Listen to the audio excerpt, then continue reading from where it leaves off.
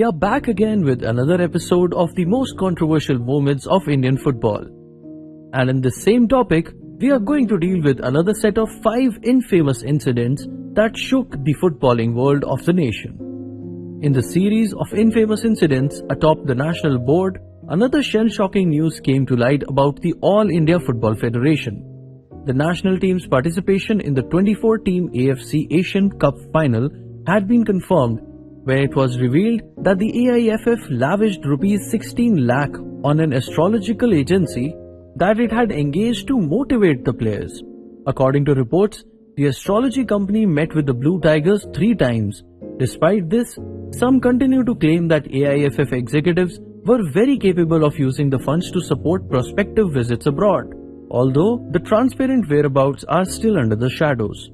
Coming back to club football, the most happening event took place in recent years with the merger between the most successful club of ISL with the most successful club in Indian football history, ATK, formerly known as Atletico de Kolkata, and Mohun Bagan Athletic Club's football team. When Mohun Bagan administrators revealed that they had planned to merge their football division with ATK, the largest controversy in contemporary Indian football broke out. As one of the most beloved clubs in India, Mohun Bagan, this choice had a significant effect on their gigantic global fan base. The club, which has been around for more than a century, has always been linked to the greatest glories in Indian football. ATK, on the other side, was established in 2014 when the ISL began. Thus, most supporters and former footballers did not approve of the two teams' merger. In recent years, the hashtags remove ATK and break the merger have consistently been in use on Twitter. The impact was such that it did not just stop with hashtags on social media. Protesters gathered in mobs, some even vandalizing former ATK-related banners and jerseys and boycotting match days. Ultimately, the club played 2 full seasons in the ISL, and the controversy very recently came to an end after ATK MB won the last ISL Cup and owner Sanjeev Goenka announced that the club will be henceforth named Mohun Bagan Super Giants. Not just incidents regarding the national colours of the men's football team, controversies, stigmas and infamous events stretch out even in the women's division. The assistant coach of the Indian under-17 women's football team, Alex Ambrose, was sacked following allegations of sexual misconduct. That women's under-17 team participated in the 6th Torneo female football tournament from June 22nd to June 26 in Italy, where they were defeated by Italy and Chile. But the headlines were grabbed by their assistant coach for all the wrong reasons. He was sacked from the faculty and legal actions were undertaken. However, Ambrose said that he was not allowed to refute the charges leveled against him. According to the notice he issued, Ambrose claims he has been forced to admit to something he has never done. The reality? Well, we are no one to judge.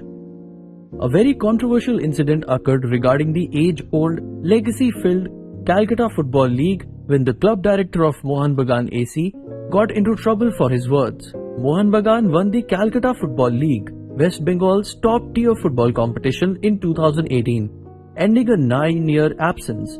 Nevertheless, Swapon Sadan Bose, one of their officials, made misogynistic remarks that made their league triumph unappealing.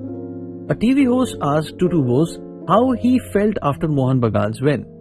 He replied that he felt after 8 girls were born into the family, now finally a boy is born. His comparison focusing on East Bengal's 8 straight CFL championships between 2010 and 2017 to the birth of girl children, while Mohun Bagan winning made him feel like a boy is finally born. The sexist comment received harsh criticism from several places.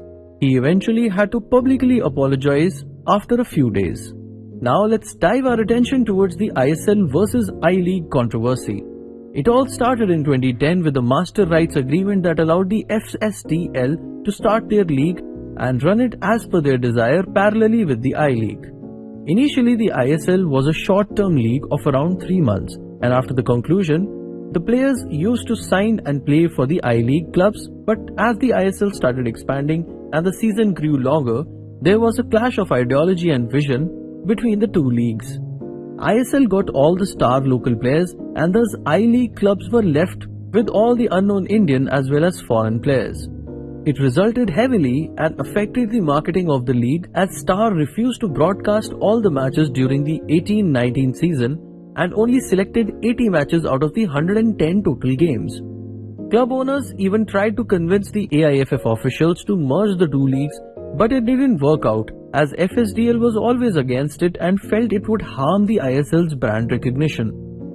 Owners even tried to force the promotion from the I-League to the Hero ISL by merits as they couldn't afford to make their club join the ISL by paying 15 crore franchisee fees. But it wasn't to be back then, and eventually is happening from next season. The uncertainty at the beginning of the promotion meant club owners had felt it was useless to play in the I-League as there wasn't anything at stake, so visionary enthusiasts like former I-League winning owners such as Ranjit Bajaj, Minerva Punjab FC sold their club to Round Glass Corporation, and Rohit Ramesh, Chennai City FC decided to cease operations with the hope of saving money and using it in the grassroots and other development purposes.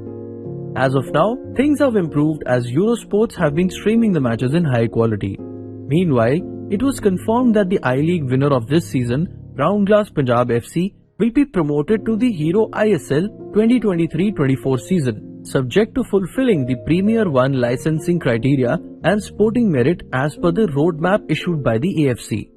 All these controversies aside, Indian football is still in its growing stages and needs a lot of effort from the management and love from fans. Together, we can surely make this a domain of international market to ponder upon, making our country a healthy, competitive and highly professional circuit for both fans and players alike. If you haven't watched the first part of this video, then click here to watch it.